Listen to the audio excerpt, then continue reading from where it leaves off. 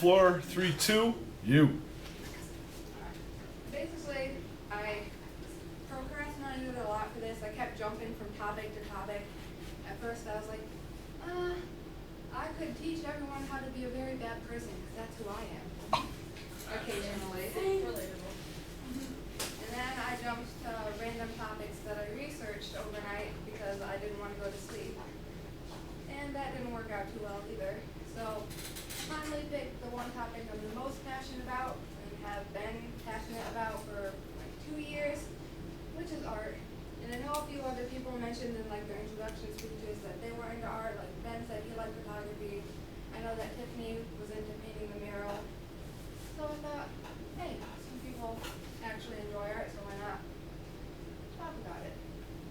This here is mostly what I use at home, so my room isn't a mess and I don't have stuff lying all over the place when I want to do art.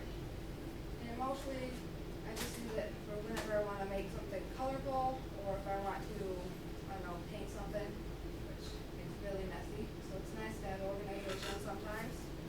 These right here are oil paints, which if you've ever painted with oil or painted at all, these take forever to dry. As in, if you don't use paint thinner, they take up to a month to dry, the first layer, depending on how thick it is. And then you can start with your second layer, and most people do multiple layers of paintings. And then after that, it has to set for a long time too. So it takes a really long time. So I don't really use these at all. Ever. Next are like the complete opposite watercolors. They come in like a ton of different things. They can be in tubes, they can be in little pans like this, and mostly they're really quick to dry. You can water them down a lot and it makes them really translucent, I guess the word is.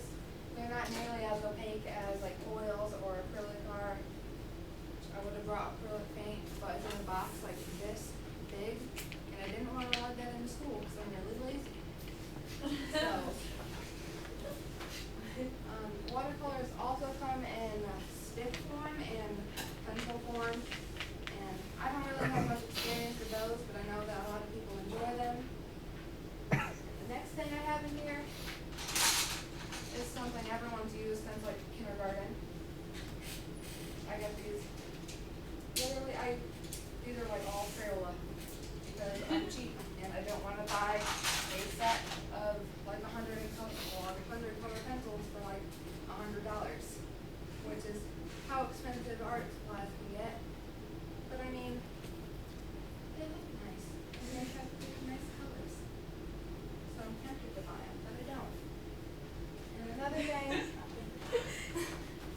I use a lot are markers, which these are alcohol-based markers, and they're a lot better than like water-based markers. So your typical Crayola markers, you can't like layer them on top of each other, or you're going to destroy the piece of paper.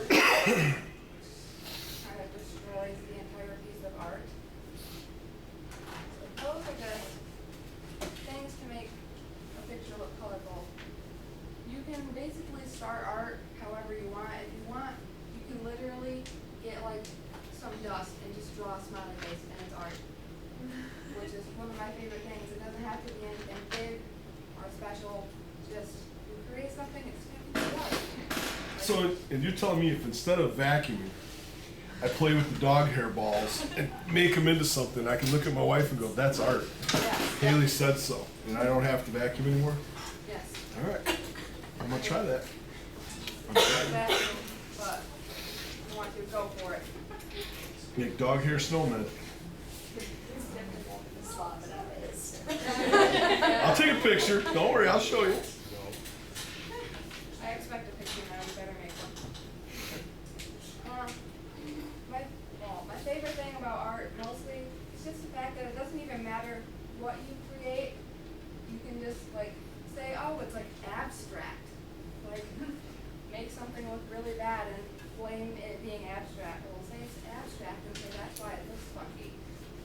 So if you don't want to learn proportions to people, you can just say, yeah, it's like, it's just a really nice piece. I was trying to be like really deep instead of like, kind of just BS it. It's Good to It's know. one of my favorite things about art as well, that you can just get away with doing whatever you want. Have you ever seen any of Salvador Dali's drawings? Check it out. You want to talk about out there? D-A-L-I. You want to talk about out there, look at the things I drew when I was like 10, it's like Angst City. But basically, anyone can participate in art if they want to. It doesn't even have to be like, you have to know how to draw. You don't have to know how to draw anything at all. You could go take a picture of some random strangers and call it art. My friend did that in Chicago and it was interesting. She got a lot of strange looks because she stood there with a camera like this. I was going to say, that's interesting. Stalkerish. But, yeah. And this right here, since I've been so invested in art for about 2 years, I'm really happy to say that I am considering actually making it a career. And to do that, you kind of have to go to like college to figure out what you're doing and make your pieces look good enough to sell them, to live off of it.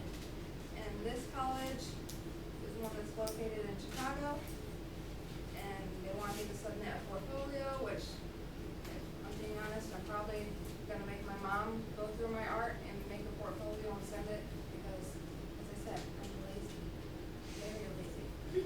You appreciate the honesty, though. You see that. I know I'm really lazy, just have to embrace it. But, yeah, those are kind of just like the basics. You don't need anything special. Grab like a mechanical pencil and a piece of printer paper and draw whatever you want. And it's really nice and stress relieving sometimes, so I think all of us could do with a little bit of that in our lives. Okie dokie.